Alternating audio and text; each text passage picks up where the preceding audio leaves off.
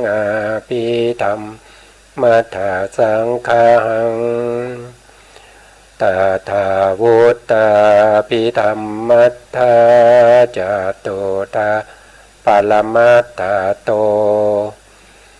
จิตตังเจตสิกังรูปังนิพพานามิติสัพพทาขอกราบนมัสการพระมหาเถระพระสังฆาธิการพระเถรานุเถระและขอสวัสดีท่านผู้ฟังและผู้ชมทุกท่าน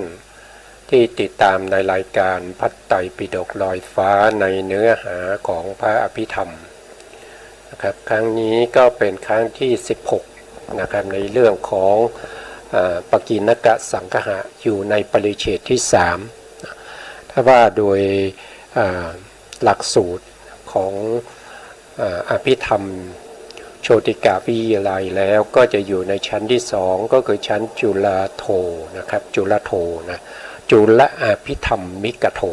นะครับว่าโดยย่อๆก็เรียกว่าจุลโทนะครับก็เข้าใจตามนั้นนะครับครั้งที่แล้วผมก็ได้ศึกษาร่วมกับท่านผู้ฟังและผู้ชมในเรื่องของตอนแรกเนี่ยเราศึกษาในเรื่องของปกิณกะนะครับคือหมายถึงการเรียรายทั่วไปในเรื่องของสัมปยุตธรรมสภาวธรรม53นามเตปัญญาสะนะครับก็คือสภาวนามธรรมเนี่ยมีอยู่มี53นะมีอยู่53นะก็คือได้แก่จิต1แล้วก็เจตสิกที่ประกอบ52นะส่วนพระนิพพานนี้เราไม่พูดถึงเพราะว่าเป็นสภาวธรรมที่อยู่ภายนอกไม่ได้อยู่ในตัวเรานะครับเป็นสภาวธรรมที่มีอยู่แล้วแต่อยู่ภายนอกตัวเรานะครับเราต้องปฏิบัติในเรื่องของสติปัฏฐาน4เจริญมรรคนะครับเพื่อจะเข้าถึงพระนิพพานเราได้ศึกษากันไปแล้วในปริเฉดที่6ในท้ายๆของปริเฉดที่6ที่ชื่อว่านิพพานปรมัตถ์นะครับเราศึกษากันไปแล้วแล้วเราก็มาศึกษาในเรื่องของเวทนาเวทนาที่เราศึกษาไปเนี่ยเวทนาทั้งหมดเนี่ยก็จะมีอยู่จริงๆแล้วก็มีมากมายนะครับแต่ในที่นี้เนี่ยที่เราศึกษาในปกิณกสังคหะเนี่ยเราก็นำมาศึกษาด้วยกัน2หัวข้อด้วยกันนะครับข้อที่1ก็คือเลือกเวทนาที่เสวยอารมณ์ว่าโดยความเสวยอารมณ์มีอยู่3อย่างนะครับก็คือเวทนาที่เป็นสุขเวทนาที่เป็นทุกข์เวทนาที่เป็นเฉยๆนะครับหรือเรียกว่าอุเบกขาหรือบางทีจะเรียกว่าทุกขมะสุขเวทนาก็ได้นะครับก็มีอยู่3อย่างว่าโดยการเสวยอารมณ์นะครับแต่ถ้าว่าโดยอินทรีย์เนี่ยคือการแยกออกมานะครับคือแยกออกมาจากไหนก็คือแยกในส่วนที่เป็นมนินทรีย์นะครับคือเวทนาที่ไปเกิดในจิตทั้งหลายนะครับเราก็จะเรียกว่าเป็นเวทนาที่เป็นอินทรีย์ก็คือความเป็นใหญ่เป็นผู้ปกครองในสัมปยุตธรรมทั้งหลายนะครับในการเสวยอารมณ์นั้นก็เรียกว่าเป็นมีอยู่3อย่างนะครับทางใจเนี่ยมี3อย่างนั่นก็คือ1ก็คือสมนัสเวทนาก็คือความสุขใจ2ก็คือโทมนัสเวทนาก็คือความทุกข์ใจ3ก็คืออุเบกขาเวทนานะครับแล้วก็4ก็คือสุขเวทนานะครับแล้วก็ทุกขเวทนารวมแล้วก็จะมีอยู่5อย่างพวกนี้เราเรียกว่าเวทนาที่เป็นว่าโดยความเป็นอินทรีย์เป็นใหญ่เป็นผู้ปกครองในสัมปยุตธรรมในการเสวยอารมณ์นะครับเสวยอารมณ์โดยความเป็นสุขเป็นทุกข์เป็นเฉยๆพวกนั้นนะอันนี้เราก็ได้จบไปแล้วนะวันนี้เราก็จะมาขึ้นในเรื่องของเหตุนะครับเรื่องของเหตุนะเดี๋ยวผมดูแป๊บหนึ่งนะครับเรื่องของเหตุสังคหะนะครับนี่เราไปดูสไลด์กันนะครับไปดูที่สไลด์กันนะครับเราศึกษาในเรื่องของ เหตุสังคหะนะครับบางทีก็จะเรียกว่าเหตุนะเหตุสังคหะก็คือการรวบรวมในเรื่องของเหตุนะครับ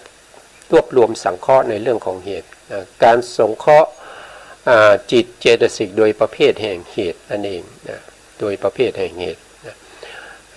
เหตุก็มีด้วยกันหล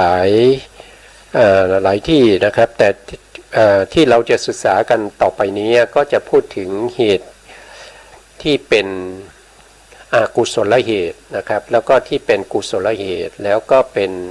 อัพยากตาเหตุนะครับที่เป็นอกุศลเหตุก็คือได้แก่พวกที่เป็นอกุศลนะครับก็คือได้แก่โลภะเหตุโทสะเหตุโมหะเหตุอันนี้สามเหตุนี้เราจะเรียกว่าเป็นอกุศลเหตุนะครับถ้าเป็นอโลภะเหตุนะครับอโลภะเหตุก็คือความไม่โลภนะโทสะเหตุก็คือความไม่โกรธแล้วก็โมหะเหตุก็คือความไม่หลง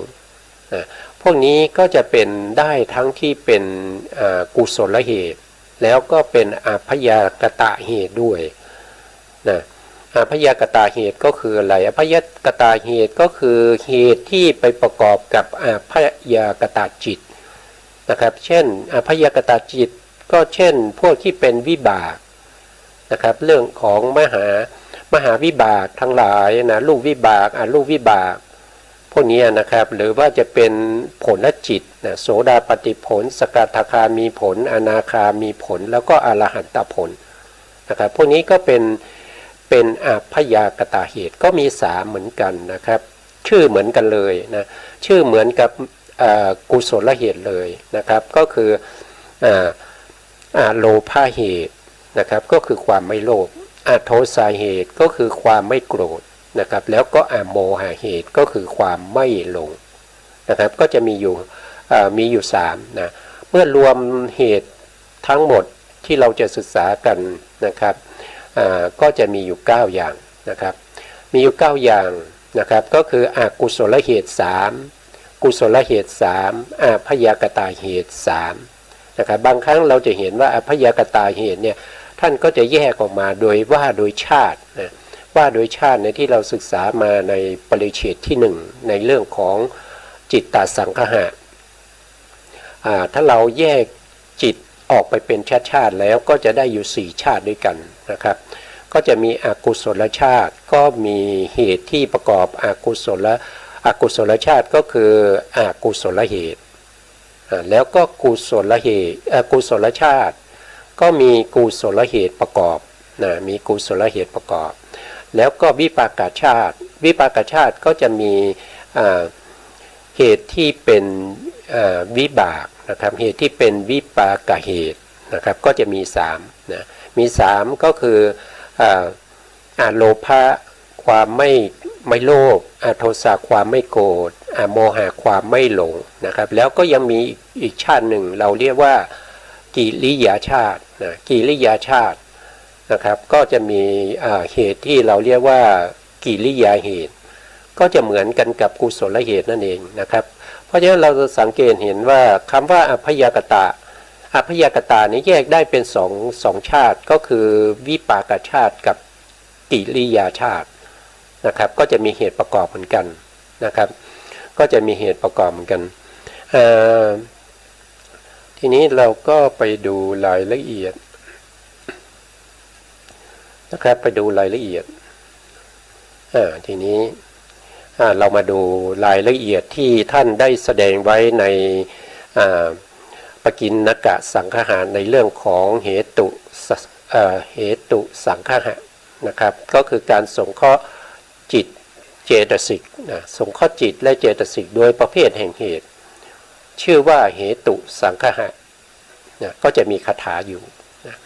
คาถาก็จะมีอยู่1 บาทนะครับ1 บาทโทษที1คาถานะครับ1คาถามีอยู่4 บาทนะครับอันนี้คือบาทแรกนะครับเรียกในบาทแรกอันนี้คือบาทที่2นะครับนี่คือบาทที่2นะอันนี้ก็คือบาทที่3นะครับอันนี้บาทที่3นะครับนี่อันนี้บาทที่4นะอันนี้บาทที่4 4 บาทรวมกันก็จะเป็น1คาถานะครับแต่ว่าในใน1 บาทเนี่ยก็จะมีอยู่8คำนะครับถ้าเราลองดูมันก็จะมีอยู่8คำนะครับบางครั้งอาจจะลงไม่ได้อาจจะมี7นะครับมี7หรือว่าส่วนมาก9นี่ไม่ค่อยเห็นนะครับถ้าเราดูตรงนี้นะครับโลนี่ก็แปลว่าคำหนึ่งใช่ไหมครับแล้วก็โพก็2นะโทก็3โสก็4นะครับจะก็5โมก็6นะครับ7ก็คือโห8ก็คือจะนะครับพวกนี้เป็นคำนะครับมารวมกันนะครับมีอยู่8คำมารวมกันก็จะได้เป็น1 บาทก็จะเรียกว่า1 บาทนะครับ4 บาทก็รวมกันแล้วก็จะเป็น1คาถานะครับในที่นี้ก็เป็นคาถาคาถาในเรื่องของเหตุ6นะครับหรือเหตุ9นะครับหรือ9เนี่ยครับท่านได้แสดงไว้นะครับเราก็ดูคาถาเลยนะครับโลโภโทโสจะโมโหจะเหตูกุสลาตะโยนะครับอันนี้ก็ท่านก็พูดถึงอกุศลนะอกุศลเหตุนะครับอกุศลเหตุก็จะมีอยู่3อย่างนะครับท่านก็ว่าอย่างนั้นนะครับก็คือโลภะนะครับโลภะโทสะและโมหะนะครับท่านได้ขยายความนะครับอย่างตรงนี้เราดูตรงนี้เขาแปลไว้แล้วนะครับก็คืออกุศลเหตุมีอยู่3นะครับก็คือโลภะเหตุโทสะเหตุนะครับก็โลภะเหตุโทสะเหตุโมหะเหตุหายไปนะครับโมหะเหตุนะครับพิมพ์มาไม่ครบนะครับผมก็เติมลงไปเลยนะครับก็เติมลงไปตรงนี้นะ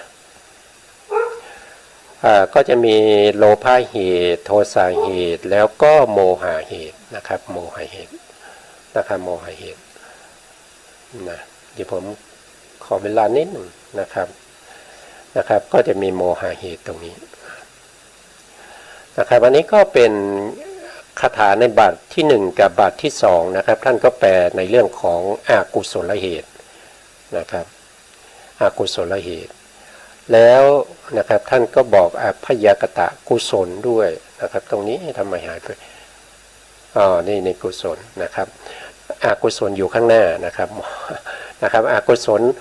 ศลเหตุ3นะครับก็มีโลภะโทสะแล้วก็โมหะนะครับพวกนี้จะลงท้ายด้วยเหตุนะครับโลภะเหตุโทสะเหตุโมหะเหตุนะครับท่านก็ในบาทที่4นะครับท่านก็พูดถึงกุศลตรงนี้กุศลานะครับกุศลาพยากตาตถากุศลาก็คือกุศลก็คือได้แก่กุศลเหตุกุศลาพยากตานี่ก็คือกุศลและพยากตาเหตุนะกุศลเหตุกับพยากตาเหตุมีอยู่3นะครับท่านบอกว่ามีอยู่3คือชื่อเขาเหมือนกันนะครับชื่อเขาเหมือนกันก็คือโลภะเหตุโลภะเหตุครับโทษทีโลภะเหตุก็คือความไม่โลภนะครับแล้วก็โทสะเหตุแล้วก็โมหะเหตุนะครับพวกนี้ก็เป็นกุศลเหตุกับพยากตาเหตุนะครับที่เติมลงไปข้างหน้าตรงนี้นะครับที่เติมลงไปเนี่ยนะครับก็คือไม่โกรธไม่หลงไม่โลภไม่โกรธไม่หลงนะครับท่านก็เติมเข้าไปแค่นั้นเองนะครับกุศลเหตุกับพยากตาเหตุเนี่ยชื่อเขาเหมือนกันนะครับไม่จำเป็นที่ต้องเขียนซ้ำนะครับไม่จำเป็นที่ต้องเขียนซ้ำนะครับก็คือได้แก่ในบาทที่3กับบาทที่4นะครับบาทที่3ก็อ่านบาลีนะครับอ่านบาลีโลภาโทสาโมโหจะกุศลาพยากตาตถานะครับก็เป็นคาถาของเหตุ6หรือเหตุ9นะครับเหตุ9ก็คือหนึ่งก็คืออกุศลละเหตุนะครับอกุศลละเหตุอกุศลเหตุ2ก็คือกุศลเหตุนะครับกุศลเหตุ 3ก็คืออัพพยากตะเหตุนะครับอย่างละ3 3 3ก็เป็น9นะครับก็เป็น9ตรงนี้นะครับเป็น9ตรงนี้นะต่อไปนะครับท่านมีหมายเหตุทำไมตรงนี้ทำไมเหตุหมายความว่านะครับเหตุหมายความว่าเป็นธรรมที่ให้ผลเกิดขึ้นและผลธรรมนั้นตั้งมั่นในอารมณ์แล้วก็เจริญขึ้นได้ผลที่เกิดจากเหตุนั้นได้แก่อะไรก็คือได้แก่พวกที่เป็นกายกรรมวจีกรรมมโนกรรมนะครับที่เป็นกุศลบ้างอกุศลบ้างอัพยากตะบ้างนะครับอารมณ์ได้แก่รูปเสียงกลิ่นรสสัมผัสแล้วสภาวธรรมที่เกี่ยวเนื่องด้วยสิ่งมีชีวิตและไม่มีชีวิตชื่อต่างๆคำพูดต่างๆนะครับเรื่องราวต่างๆพวกนี้ถือว่าเป็นอารมณ์นะครับก็คือตัวอารมณ์นั่นเองนะครับตัวอารมณ์เนี่ยก็คืออารมณ์หมายถึงสิ่งที่ถูกรู้นะครับสิ่งที่ถูกรู้อะไรเป็นผู้รู้ตัวที่ไปรู้อารมณ์นั่นก็คือได้แก่จิตกับเจตสิกนะครับได้แก่จิตกับเจตสิกเพราะฉะนั้นอารมณ์ก็จะมีอยู่แค่6อย่างเท่านั้นเองนะครับก็คือมีรูปก็คือพวกรูปารมณ์นะครับรูปารมณ์ก็คือสีสันวรรณะนั่นเองแล้วก็เสียงนะครับแล้วก็เสียงแล้วอันที่3ก็คือกลิ่นอันที่4ก็คือรสอันที่5ก็คือสัมผัสทางกายนะครับกายสัมผัสที่กระทบต่างๆสภาวธรรมที่เกี่ยวเนื่องพวกนี้เป็นทางใจหมดนะครับพวกนี้นะครับพวกนี้เป็นทางใจหมดเลยนะครับเป็นทางใจหมดนะครับการที่เรารู้ชื่อต่างๆคำพูดต่างๆความหมายต่างๆเรื่องราวต่างๆเนี่ยเรารู้ได้ทางใจนะครับเรารู้ได้ทางใจนะไม่ใช่รู้ได้ทางตานะครับทางตาเพียงแต่เห็นสีเท่านั้นเองแต่ว่าเราอยากจะเรารู้เรื่องราวเป็นเมื่อเราเห็นแล้วเรารู้เราเข้าใจนะครับก็การเห็นทางตาเสร็จแล้วเขาก็จะประมวลภาพนะครับในจิตนะไปถอดรหัสในจิตพูดง่ายๆถอดรหัสในจิตนะครับปัจจุบันเขาใช้คำว่าถอดรหัสแต่จริงๆแล้วก็ประมวลภาพต่างๆที่ตัวเองเห็นนั้นออกมาเป็นคำพูดเรื่องราวต่างๆนะครับสิ่งต่างๆเหล่านั้นก็คือได้มาท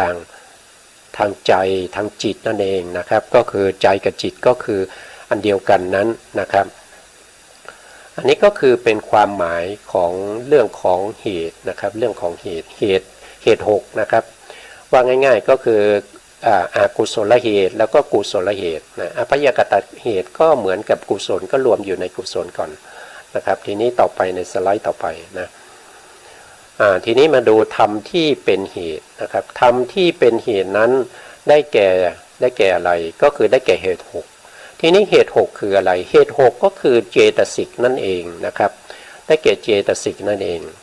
นะครับก็คือได้แก่โลภะเจตสิกนะโลภะเจตสิกก็จะเรียกว่าเป็นโลภะเหตุนะครับโลภะเหตุก็คือความอยากได้ความอยากมีความต้องการความเพลิดเพลินความก่อเกิดนะครับในภพใหม่ความติดใจในกามคุณอารมณ์ทั้งหลายก็ได้แก่ตัวโลภะนี่เป็นตัวสำคัญที่ทำให้เราเนี่ยจะต้องเวียนว่ายตายเกิดอยู่ใน31ภูมินะครับใน31ภูมิทั่วไปในอนันตจักรวาลนะครับ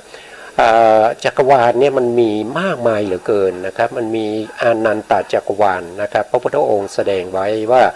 มีอนันตจักรวาลในจักรวาลหนึ่งก็จะมีภพภูมิอยู่31ภพภูมินะครับเบื้องต่ำสุดก็ได้แก่มหาเวจีนรกนะครับเป็นต้นขึ้นไปจนถึงภวกภูมิคือเนวสัญญานาสัญญายตนาภูมิซึ่งเป็นภูมิที่สูงที่สุดนะครับในการเวียนว่ายตายเกิดนะในการเวียนว่ายตายเกิดมีทุกจักรวาลนะครับมีทุกจักรวาลเพราะฉะนั้นสัตว์ที่เวียนว่ายตายเกิดอยู่ในจักรวาลนี้มันนิดเดียวเองนะครับถ้าเทียบกับในอนันตจักรวาลแล้วมากมายเหลือเกินนะครับมากมายเหลือเกินเพราะฉะนั้นไม่มีใครที่จะสามารถที่จะขนหรือสัตว์ทั้งหมดให้ไปนิพพานได้ นะครับแค่ในจักรวาลนี้ของเราเท่านั้นเองนะครับก็พระพุทธเจ้าเนี่ยทรงอุบัติมาแล้วมากมายนะครับถ้าดูตามที่พระพุทธองค์แสดงไว้พระพุทธองค์บอกว่านะครับพระพุทธองค์ตรัสว่าพระพุทธเจ้าที่อุบัติมาแล้วก็ปรินิพพานไปแล้วเนี่ยมากกว่าเม็ดทรายในมหาสมุทรเสียอีกแต่สัตว์ทั้งหลายก็ยังเนืองแน่นอยู่ในวัฏฏะสงสารนะครับยังมีมากมายนะครับไม่มีพระพุทธเจ้าพระองค์ไหนที่จะลื้อขนสัตว์ให้หมดไปจากการเวียนว่ายตายเกิดใน34ภูมิได้นะครับเพราะฉะนั้นตัวโลภะจึงมีความสำคัญโลภะเป็นเหตุที่สำคัญมากนะครับเป็นเหตุที่ละได้ยากนะครับละได้ยากแต่ถ้าไปว่าโดยโทษเนี่ยเขามีโทษถ้าเปรียบเทียบกับโทสะเนี่ยเขาจะมีโทษน้อยโลภะนี่มีโทษน้อยกว่าโทสะแต่โลภะนี่ละได้ยากนะครับละได้ยากนะครับส่วนโทสะเนี่ยถึงแม้จะมีโทษมากแต่ละได้ง่ายก็คือละได้ในความเป็นสมุจเฉทละโดยการไม่ให้เกิดขึ้นอีกโดยความเป็นพระอนาคามีนะครับชั้นระดับพระอนาคามีก็ละได้แล้วนะครับโทสะเนี่ยนะครับแต่โลภะเหตุเนี่ยผู้ที่จะละโดยความเป็นสมุจเฉทได้เนี่ยจะต้องเป็นพระอรหันต์นะครับต้องเป็นพระอรหันต์นะอรหันตมรรคเท่านั้นเองที่จะประหารตัวโลภะเหตุให้หมดไปจากขันธสันดานนะครับให้หมดไปจากอนุสัยกิเลสทั้งหลายนะส่วนโมหะก็คือตัวที่สามโมหะเหตุนะโมหะเหตุเนี่ยก็คือความไม่รู้ความหลงนะครับไอตัวโมหะเนี่ยก็เป็นสภาวะธรรมที่ให้โทษมีโทษมากด้วยแล้วก็ละได้ยากด้วยนะครับตัวโมหะเนี่ยละได้ ละได้ยากแล้วก็ให้โทษมากด้วยผู้ที่จะละได้ต้องเป็นพระอรหันต์นะต้องเป็นพระอรหันต์นะครับถึงจะละโมหะได้เป็นสมุจเฉทก็คือละแล้วไม่เกิดอีกนะครับว่าคำว่าสมุจเฉทนี่คือละอย่างเด็ดขาดนะครับไม่ให้เกิดขึ้นอีกนะครับสมุจเฉทนะพูดถึงเรื่องของความละเนี่ยนะครับก็จะมีอยู่ทั้งหมดอยู่การละเนี่ยมีอยู่5อย่างนะครับก็คือละด้วยความเป็นตถางคประหารตถางค โทษทีนะครับตถางคประหารก็คือการละแบบค้างขาเป็นค้างไปนะครับเป็นค้างไปนะครับอย่างเช่นในบางครั้งเนี่ยเรามีกุศลและจิตมหากุศลอย่างเงี้ยเราก็ละพวกที่เป็นเหตุที่เป็นอกุศลเหตุแต่เมื่อเราดำเนินชีวิตไปในวันหนึ่งเนี่ยจิตเราเนี่ยไม่ได้เป็นมหากุศลตลอดนะครับมันจะมีจิตที่เป็นอกุศลด้วยมีมหากุศลด้วยเกิดขึ้นค้าเข้ากันไปนะครับส่วนใหญ่ก็จะเป็นอกุศลและจิตเนี่ยจะมากนะครับอกุศลและจิตเกิดขึ้นมาเมื่อไหร่ก็จะมีโลภะโทสะโมหะกุศลและจิตเกิดขึ้นมาเมื่อไหร่ก็จะมีอโลภะอโทสะโมหะนั่นแสดงว่าเราละอกุศลละเหตุอกุศลเหตุที่ละอย่างนั้นเราเรียกว่าเป็นตถางคประหารก็คือละได้เป็นครั้งเป็นคราวนะครับไม่ได้ละตลอดไปนะอันนั้นเรียกว่าเป็นตถางคประหารนะครับส่วนอันที่สองเนี่ยการละเนี่ยท่านก็บอกว่าเป็นวิคัมภนประหารวิคัมภนประหารเนี่ยก็คือการละด้วยการข่มเอาไว้สิ่งที่จะข่มเอาไว้ได้นั่นก็คือฌานนะครับก็คือพวกที่เป็นฌานเช่น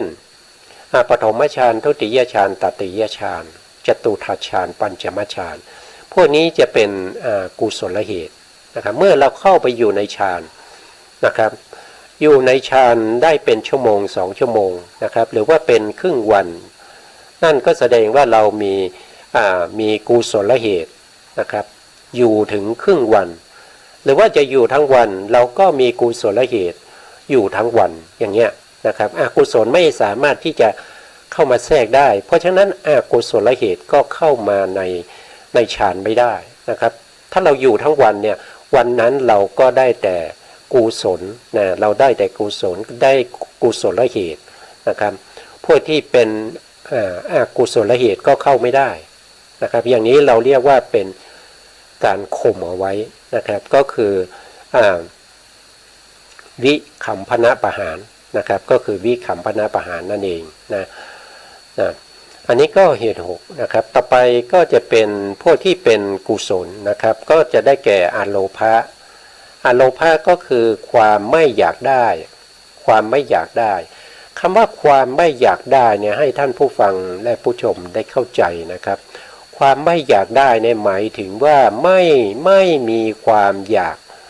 ในกามคุณอารมณ์นะครับในกามคุณอารมณ์นะครับไม่ใช่ว่าความไม่อยากตรงนี้เนี่ยไม่ได้หมายถึงว่าอยากจะใส่บาตรอย่างเงี้ยนะครับอยากจะไป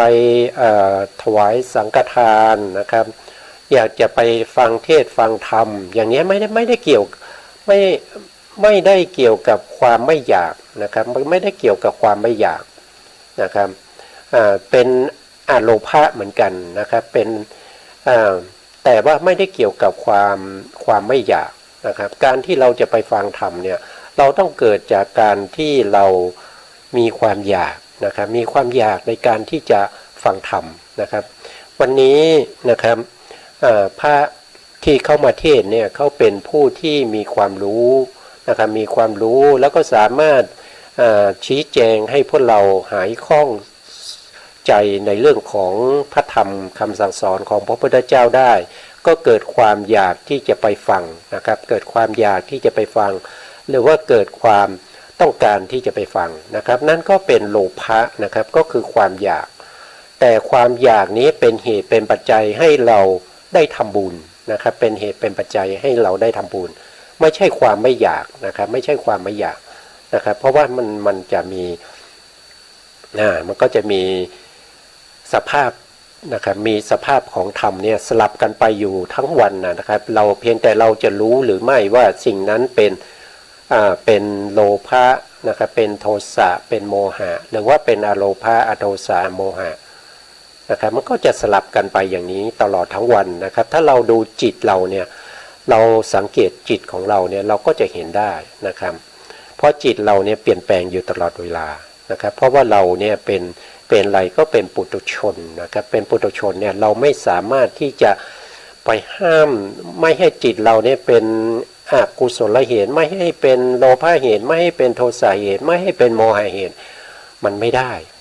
นะครับเพียงแต่เราลึกรู้ว่าในขณะที่เขาเกิดขึ้นนะสภาวะอย่างนี้นะมันเป็นโลภะนะโลภะเหตุนะมันเป็นโทสะเหตุนะมันเป็นโมหะเหตุนะครับตัวที่ไปรู้โลภะตรงนั้นเป็นอะไรก็เป็นตัวอโมหะนะอโมหะก็คือได้แก่ตัวปัญญานะครับก็คือได้แก่ตัวปัญญาแต่คำว่าปัญญาที่ไปรู้สภาวธรรมที่เป็นโลภะโทสะโมหะตรงนั้นเนี่ยบางครั้งเนี่ยอาจจะไม่ใช่ตัวปัญญาก็ได้นะครับอาจจะเป็นประกอบด้วยเหตุ2นะครับหรือว่าที่เราเรียกว่าเป็นญาณวิปยุตก็คืออโลภะเหตุโทสะเหตุเนี่ยเป็นตัวไปรู้ก็ได้นะครับหรือว่าอาจจะเป็นตัวโลภะก็ได้นะครับอาจจะเป็นโลภะก็ได้โมหะก็ได้นะครับที่ไปรู้อะไรก็คือไปรู้โลภะไปรู้สภาวะของโลภะนะครับทำไมผมถึงพูดว่าโลภะเนี่ยมันเป็นอกุศลเนี่ยมันยังสามารถที่จะไปรู้โทสะรู้โมหะนะครับรู้โลภะด้วยหรือตอบว่าถ้าเราจะให้เกิดความเข้าใจเนี่ยเราเรียนไปเรื่อยๆจนไปถึง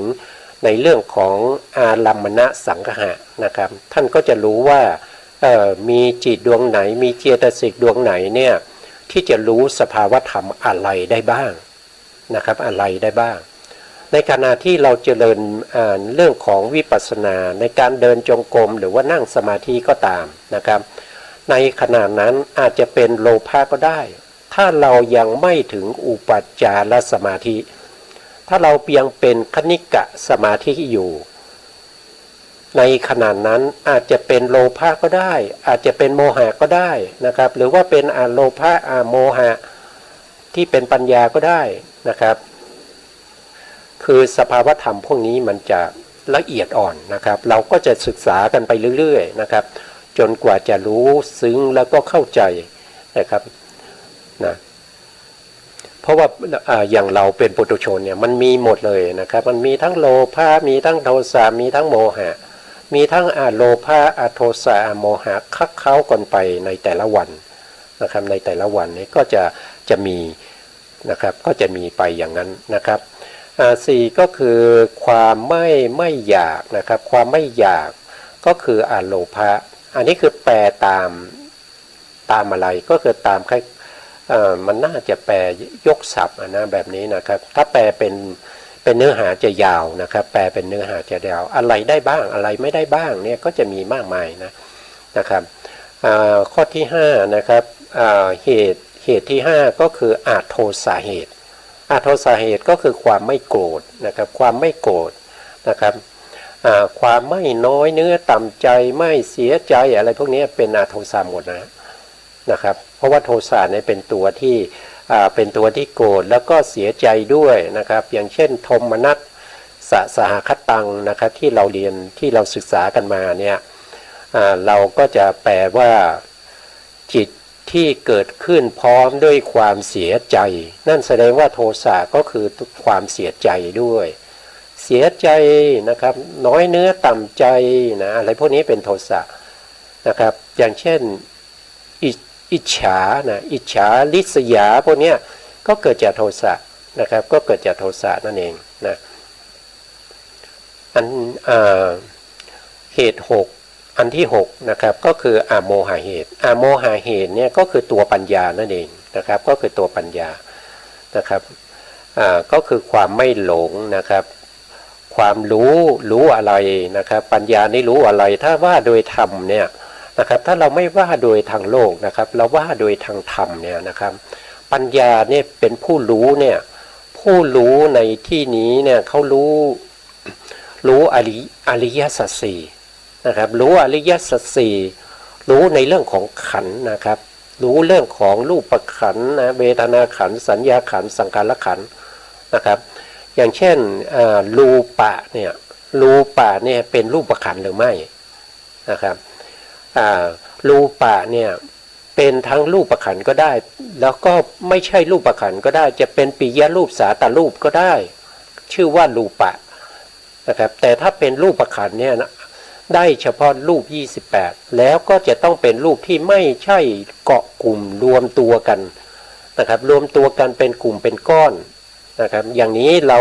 ไม่ใช่ว่าเป็นรูปขันธ์นะครับถ้าเป็นรูปขันธ์ต้องแยกย่อยลงไปนะครับในสภาวะของความเป็นรูปนะครับโดยความเป็นรูปที่เป็นรูปกลาบนะครับอย่างเช่นจักขุทัสสะกลาบอย่างนี้ก็เรียกว่าเป็นรูปขันธ์นะครับเพราะว่าจักขุทัสสะกลาบเนี่ยเป็นประสาทตาเนี่ยนะครับนี่คือรูปขันธ์แต่ถ้าเราไปเห็นตาเป็นลูกตาเลยนะครับเป็นลูกตาเลยเป็นเนื้อตาเป็นก้อนเลยอย่างเงี้ยเราไม่เรียกว่ารูปขันธ์เพราะว่ามันเป็นสสัมภาระจักขุนะครับคือมันรวมตัวกันอยู่ทำให้เราเห็นแล้วเราเกิดความยินดีชอบใจเห็นผู้หญิงโอ้เธอนี่ตาสวยจังเลยอย่างเงี้ยนะครับมันก็เป็นอะไรเป็นปิยรูปสาตรูปอย่างนั้นที่เราเห็นตาอย่างนั้นเราไม่ใช่เรียกว่าเป็นรูปขันธ์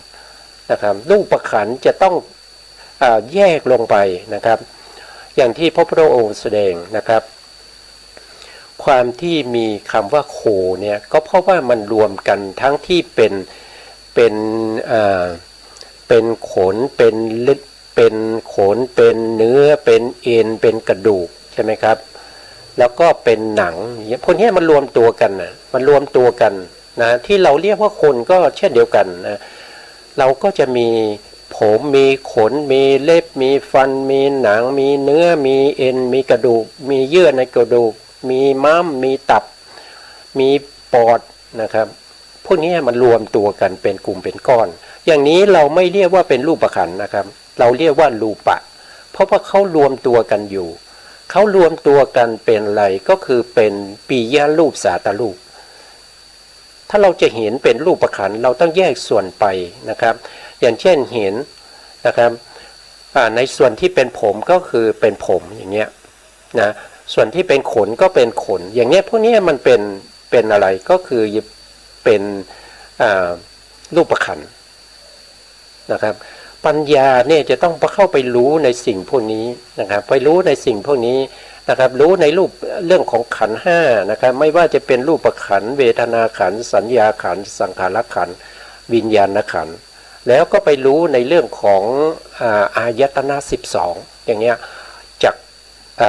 จักขายตนะนะครับโสตายตนะคานายตนะนะครับชิวหายตนะกายายตนะมนายตนะนะครับแล้วก็รูปะนะครับรูปายตนะนะสัทธายตนะคันธายตนะรัสสายตนะโพธพายตนะธรรมายตนะนะครับก็คือไปรู้ในเรื่องของขันธ์เรื่องของอายตนะแล้วก็ไปรู้ในเรื่องของธาตุ18ธาตุก็จะมีเยอะหน่อยมีถึง18นะครับธาตุ18เนี่ยเราก็เวลาเราจะจำได้นะครับเมื่อก่อนผมก็ไม่จำนะ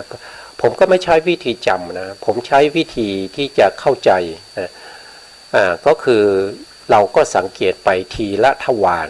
นะครับอย่างเช่นทวารทางตาเนี่ยถ้าว่าโดยธาตุเนี่ยมันจะต้องมีอยู่3อย่างนะครับมีอยู่3อย่างนั่นก็คืออะไรจักขุธาตุจักขุธาตุก็คือประสาทตาจักขุธาตุนะครับแล้วก็ตัวที่กระทบกับจักขุธาตุก็คือได้แก่รูปารมณ์รูปารมณ์ก็คือ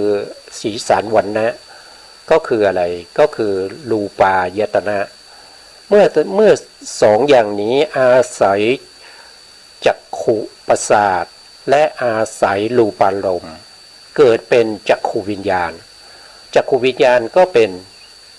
จักขุวิญญาณธาตุเนี่ยทางตาก็จะได้อยู่3ใช่ไหมครับทางตาก็จะได้3นะถ้าทางหูล่ะทางหูก็มี3เหมือนกันนะครับก็จะมีโสตธาตุสัทธธาตุโสตวิญญาณธาตุเนี่ยก็ได้3นะครับมีทางตา3ใช่ไหมทางหู3ทางจมูก3ทางลิ้น3ทางกาย3แล้วก็ทางใจอีก3รวมเป็น6 3ก็เป็น18นะครับธาตุ18นะก็จะรู้เรื่องธาตุ18รู้เรื่องของอินทรีย์22นะครับอินทรีย์22ก็ได้แก่อินทรีย์ที่เป็นรูปนะอินทรีย์ที่เป็นรูปมีเท่าไหร่มี8ใช่ไหมครับที่เหลือนอกนั้นก็เป็นอินทรีย์ที่เป็นนามธรรมนะนามธรรมก็จะมีเยอะในที่เราเรียนมาก็คือเวทนาใช่ไหมครับเวทนาก็จะมีทั้งที่เป็นสุขเวทนาทุกขเวทนาโสมนัสเวทนาโทมนัสเวทนาอุเบกขาเวทนาอย่างเงี้ยนะครับแล้วก็ปัญญาก็จะมี4เนี่ยปัญญินทรีย์ใช่ไหมครับแล้วก็อนัญญตัญญสามีตินทรีย์นะอันนี้ก็คือปัญญาที่เห็นพระนิพพานเป็นครั้งแรกก็คือได้แก่โสดาปัตติมรรคปัญญาที่อยู่ในโสดาปัตติมรรคนะครับอันนี้ก็เป็นอินทรีย์มี22นะครับตัวปัญญานี่จะต้องรู้ในเรื่องพวกนี้รู้ในเรื่องของอริยสัจสี่รู้ว่าอะไรคือทุกข์อะไรคือเหตุให้เกิดทุกข์อะไรเป็นที่ดับทุกข์แล้วก็ข้อปฏิบัติให้ถึงความดับทุกข์นะครับแล้วก็ไปรู้ในเรื่องของปฏิจจสมุปบาทนะอวิชชาปัจจยาสังขาราสังขาราปัจจยาวิญญาณังวิญญาณปัจจยานามารูปังนามารูปาปัจจยาสลายตนะสลายตนะปัจจยาผัสโสปัจจยาเวทนานะครับเวทนาก็เป็นเหตุให้เกิดตัณหานะครับตัณหาก็เป็นเหตุให้เกิดอุปทานก็เป็นเหตุให้เกิดภพก็เป็นเหตุให้เกิดชาติก็เป็นเหตุให้เกิดชรามรณะโศกะปริเทวะทุกขะโทมนัสนะครับพวกนี้เป็นอะไรพวกนี้ก็เป็นสิ่งที่ปัญญาต้องรู้อันนี้พูดโดยทางธรรมนะครับแต่ปัญญาทางโลกนี้เป็นปัญญาประเภทที่ ครูบาอาจารย์ท่านก็ว่าเป็นปัญญาหาข้าวกินนะครับเป็นปัญญาที่เอาไปประกอบอาชีพนะครับได้เงินมานะครับก็มาใช้จ่ายนะครับมาซื้อบ้านซื้อรถนะซื้อบ้านซื้อรถอยู่ในความเป็นอะไรเป็นผู้มีฐานะนะครับเป็นผู้ที่มีเงินมีทองเยอะนะครับนั่นก็คือปัญญาหาเงินนะครับปัญญาหาทรัพย์หาโภคทรัพย์แต่ปัญญาในที่นี้ก็เป็นปัญญาที่เราแสวงหาทรัพย์เหมือนกันนะแต่เป็นอาริยทรัพย์นะครับเป็นอาริยทรัพย์นะก็ให้พวกเราเข้าใจอย่างนี้นะครับแล้วตรงนี้นะครับตรงนี้ก็ต่อไปก็เรื่องของเหตุจำแนกเหตุ6นะครับอันนี้ก็ท่านก็ยังมีแผ่น2ต่อไปนะครับจำแนกในเรื่องของเหตุ6นะครับท่านให้ก็คือ1ก็คือถ้าจำแนกโดยประเภทแห่งอโสภณะนะครับอโสภณะตรงนี้ท่านผู้ที่ติดตามมาเรื่อยๆเนี่ยท่านคงจะรู้ว่ามันคืออะไรนะครับอโสภณะตรงนี้ก็คือได้แก่จิตที่เราเรียกว่าอโสภณจิต30ดวงนะครับ30ดวงแต่มีเหตุประกอบใน30ดวงหรือไม่นะครับเหตุเนี่ยในอโสภณจิตเนี่ยเหตุประกอบอยู่แค่12ดวงเท่านั้นเองนะครับที่เหลือ18ดวงนั้นเป็นเหตุกะก็คือไม่มีเหตุประกอบนะครับอันนี้ก็เป็นอโสภณะนะครับแล้วก็และโสภณะท่านบอกว่าโสภณะนะครับตรงนี้เป็นโสภณะ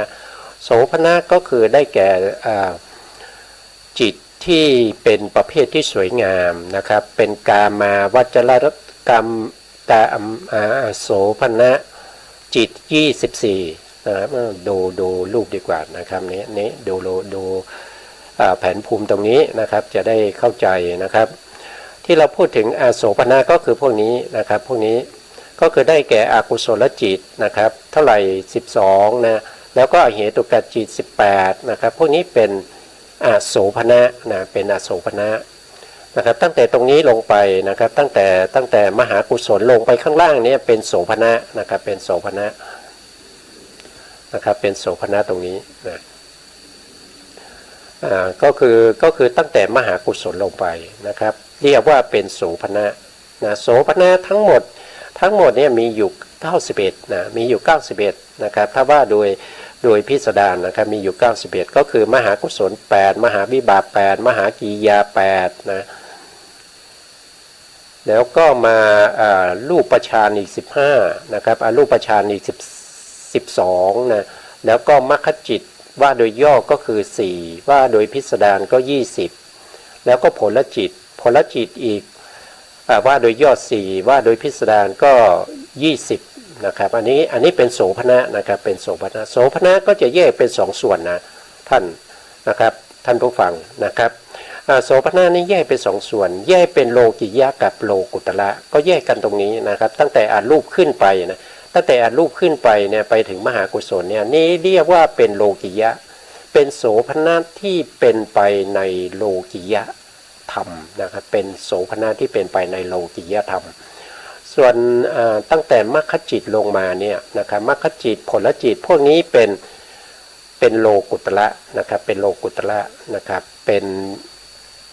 นจิตประเภทที่สิ้นทุกข์นะครับเป็นประเภทที่ทำให้สิ้นทุกข์นะครับทีนี้มาดูตรงนี้ต่อนะครับว่าอาโสภณะและโสภณะนะครับถ้าว่าไปแล้วก็มีอยู่6อย่างนะมีอยู่6คือนะครับก็คือได้แก่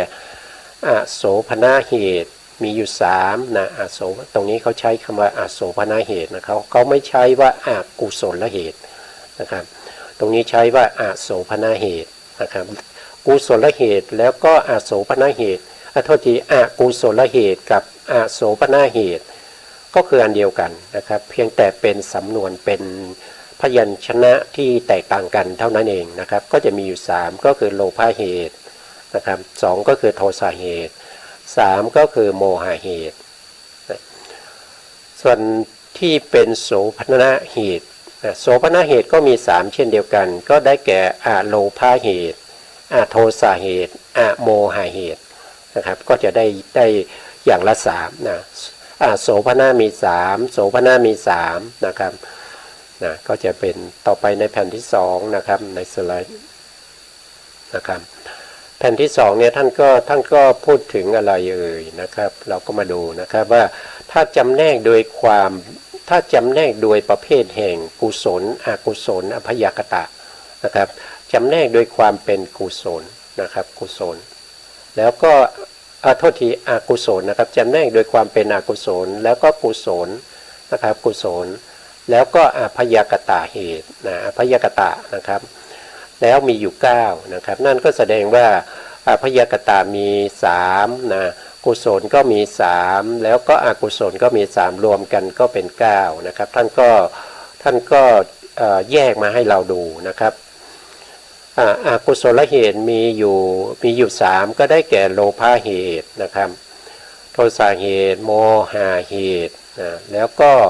กุศลเหตุก็มี3ก็คืออโลภะเหตุอโทสะเหตุโมหะเหตุอภยากตะเหตุก็มี3ก็คือโลภะเหตุโทสะเหตุโมหะเหตุนะครับพอมาถึงตรงนี้เนี่ยผมคิดได้อย่างหนึ่งนะครับว่าแล้วเราจะรู้ได้ยังไงว่าโลภะเหตุโทสะเหตุโมหะเหตุนะมันเป็นกุศลเหตุหรือว่าเป็นอภยากตะเหตุเพราะชื่อมันเหมือนกันอะชื่อเหมือนกันอะเรารู้ได้ยังไงว่าใครเป็นใครนะครับอย่างที่ทำงานนะครับอย่างที่ทำงานก็มีพนักงานที่ชื่อเหมือนกันนะชื่อเหมือนกันก็มีใช่ไหมครับอย่างที่ผมเคยทำงานคนชื่อประเสริฐเนี่ยมีอยู่3คนนะครับชื่อประเสริฐนะมี3คนนะครับเขาก็สามารถจะรู้ได้ว่าประเสริฐถ้าพูดถึงประเสริฐเนี่ยหมายถึงใครเนี่ยเขาก็จะรู้นะอยู่ธุรการคนหนึ่งนะครับอยู่แผนกยานคนหนึ่งแล้วก็อยู่แผนกบริการธุรกิจหรือเรียกอีกอย่างหนึ่งว่าผมมันอยู่มาหลายแผนกนะครับก็จะมีทั้งแผนกที่เป็นเรื่องของแผนที่ระบบไฟฟ้านะครับหรือว่าจะอยู่ในส่วนที่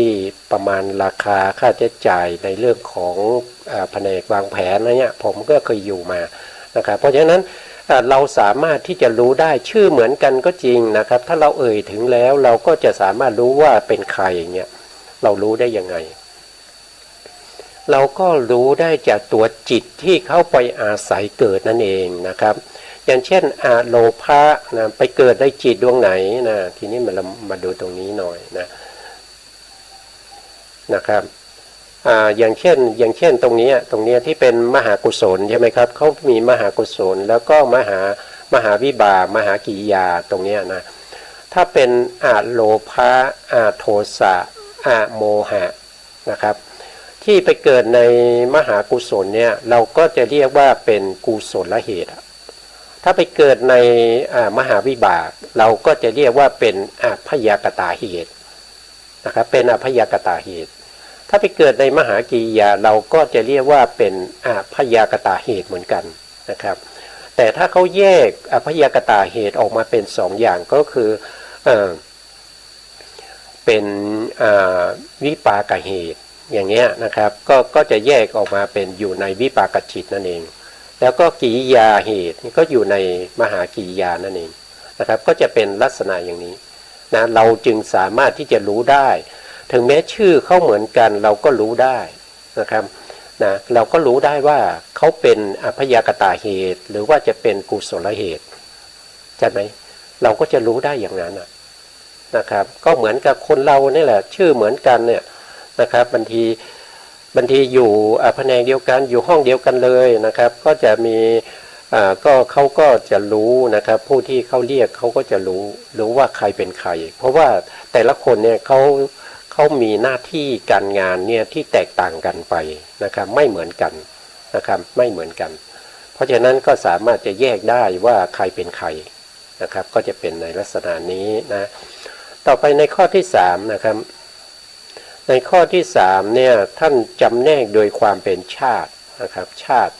ตินี่มีอยู่12นะครับท่านก็บอกนะครับก็จะมีอกุศลชาติอกุศลชาติ กุศลชาติวิปากชาติกิริยาชาตินะครับถ้าท่านฟังเมื่อกี้ก็คงจะได้แล้วนะครับว่า12ชาติเนี่ยมันคืออะไรนะครับเหตุ12ในชาติเนี่ยนะครับใน4ชาตินี้นะครับก็จะมีชาติละ3เหตุนะครับอย่างเช่นอกุศลชาติก็จะมีอยู่3เหตุก็จะมีโลภะเหตุโทสะเหตุโมหะเหตุถ้าเป็นกุศลชาติก็มี3เหตุเหมือนกันมี3เหมือนกันนะครับก็คืออโลภะเหตุอโทสะเหตุอโมหะเหตุแล้วก็ถ้าเป็นวิปากชาติก็จะมีอยู่3เหตุนะครับก็มีโลภะเหตุโทสะเหตุโมหะเหตุนะครับกิริยาชาติก็มี3เหตุเหมือนกันนะครับก็มีอโลภะเหตุอโทสะเหตุแล้วก็อโมหะเหตุนะครับตรงนี้เหมือนกันนี่ก็ไม่มีปัญหานะครับเพราะว่าหน้าที่การงานของเขาไม่เหมือนกันสามารถแยกได้นะครับสามารถแยกแล้วก็รู้ได้ว่า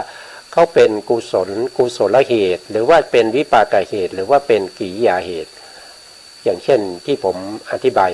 เมื่อตะกี้นะครับต่อมาในสไลด์ต่อมานะครับในสไลด์ต่อมาเนี่ยท่านก็พูดถึงว่าถ้าจำแนกโดยประเภทแห่งภูมินะครับว่าโดยภูมิเนี่ยก็จะมีอยู่ทั้งหมดอยู่15นะครับก็จะมีอยู่15นะว่าโดยภูมิเนี่ยนะครับก็จะมีอยู่ทำไมมี15นะครับว่าโดยภูมิโลกก็น่าจะมี12ทำไมเป็น15นะครับเดี๋ยวพิมพ์ผิดหรือเปล่านะเดี๋ยวต้องคือน่าจะตรงนี้น่าจะพิมพ์ผิดนะครับเพราะว่ากามเหตุเนี่ยก็ไม่ผิดโทษทีผู้บรรยายผิดมากกว่านะครับเขาเรียกว่ากามเหตุนะกามเหตุเนี่ยมีอยู่6นะกามเหตุคืออะไรครับ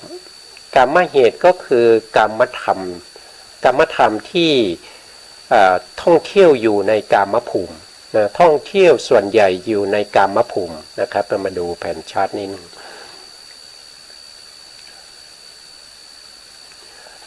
ในกามะนะครับในกามะท่านบอกว่ากามะนะครับกามะเนี่ยเราก็ต้องดูที่มันเป็นกามาวจรจิตนะครับกามาวจรจิตนี่มีอยู่54กามาวจรจิต54ประกอบด้วยอะไรบ้างนะก็ประกอบด้วยอ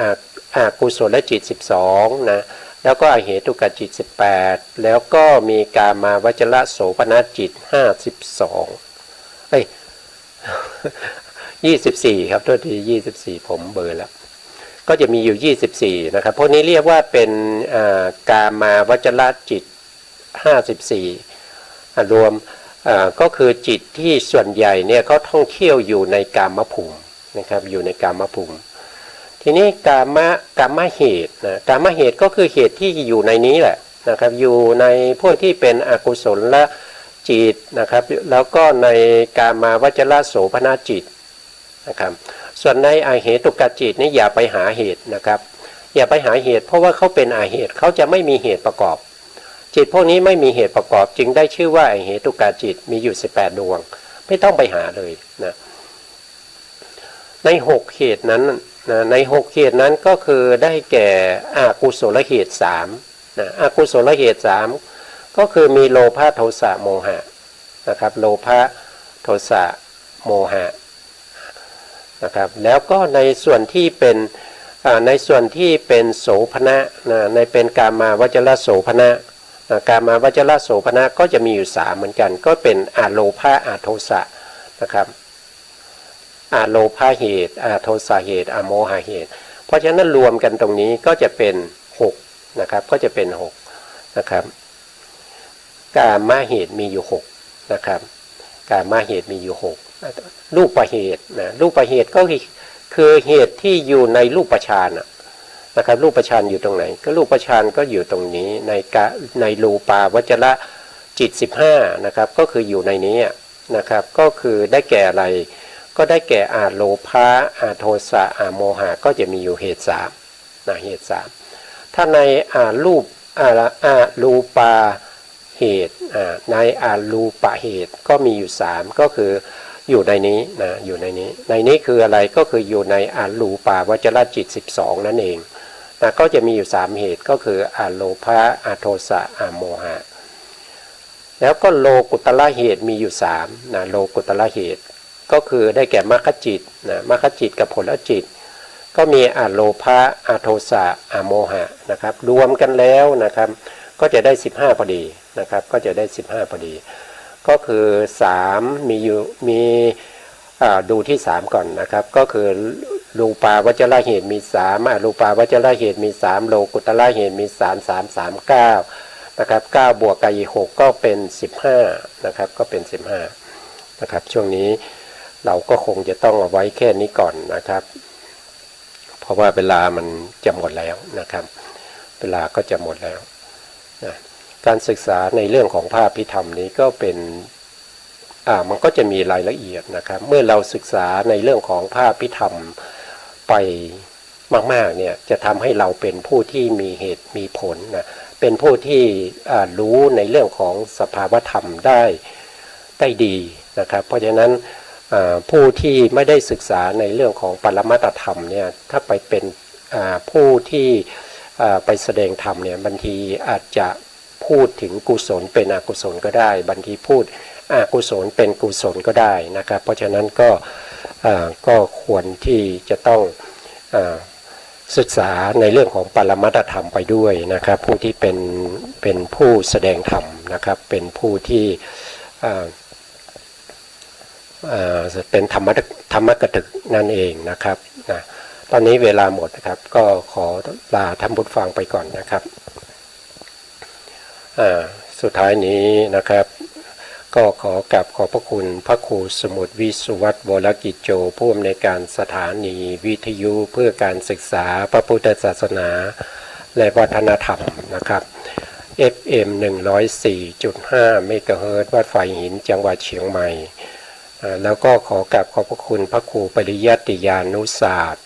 แล้วก็ขอบคุณท่านผู้ฟังและผู้ชมทุกท่านที่ติดตามในรายการพระไตรปิฎกลอยฟ้าในเนื้อหาของพระอภิธรรมครับลาไปก่อนครับสวัสดีครับกัมมุนาวะตัตตีโลโกสัตว์โลกย่อมเป็นไปตามกรรม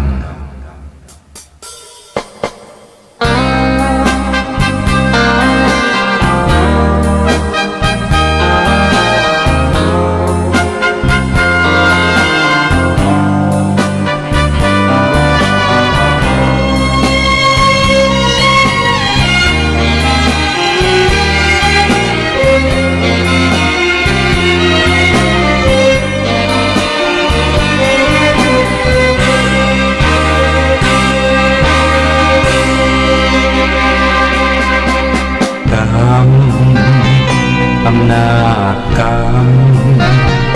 กุศลกรรมหรืออกุศลกรรมทุกการกระ